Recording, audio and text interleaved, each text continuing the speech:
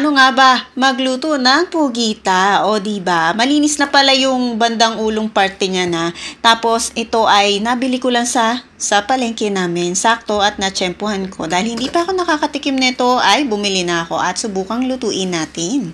Lagyan lang natin ito ng asin, tapos baking soda para naman maalis yung lansa at syempre yung madulas niyan kapag hinahawakan. Minasage-massage ko lang yan dahil hindi pa rin ako nakontento dun sa linis, ay inalis ko yung tuka o mata, ano bang tawag sa inyo, yung sa gitna ng inyong pugita.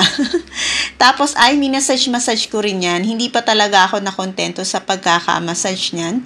At syempre, yung pati ulo, yung loob ng ulo ay nilagyan ko pa rin ng asin at minasage ko yan. Nilagyan ko rin pala ito ng kape para naman mas maalis yung lansa nitong ating pugita.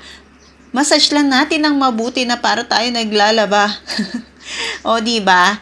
Ginilit-gilitan ko lang pala yung pagitan ng mga galamay niyan. Tapos banlawan lang natin ng 3 to 4 na banlaw or hanggang sa malinis ito ng todo or mawala na yung dulas. Dito sa isang bowl or sa isang pan ay naglagay na ako ng luya, bawang, paminta. Pamintang buo na pala yan ha. Tapos itong aking tubig na nilagay ay yung kumukulo na kasi naman ayaw ko na rin na maghintay pa ng matagal.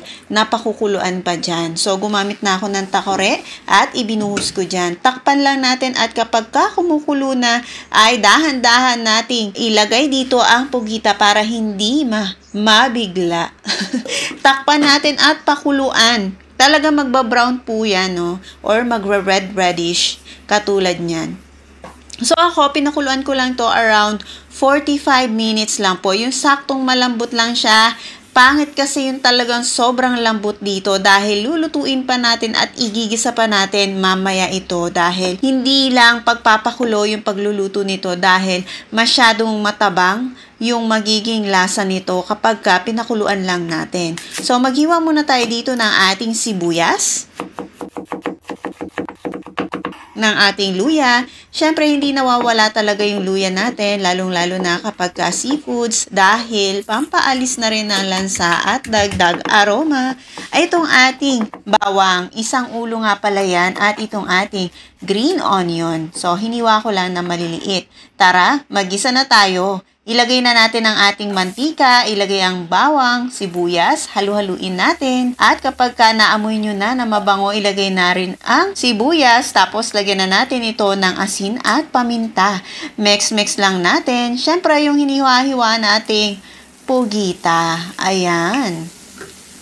Lagyan lang natin ng konting toyo, konting suka. Mix-mix natin. At itong ating gata, dagdag linamnam, syempre, yan din yung nagpapasarap dyan. Maglagay tayo ng sili, pampagana, pampasarap, at pampaanghang.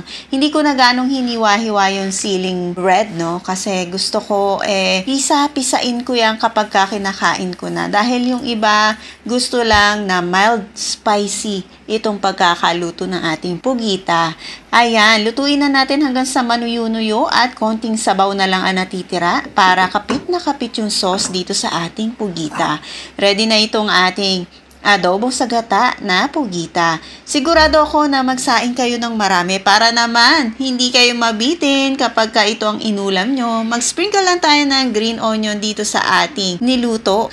Tara, tikman na natin. I hope nag-enjoy ka. Huwag mong kalimutan mag-follow sa ating Mami K of Kersh Kusina.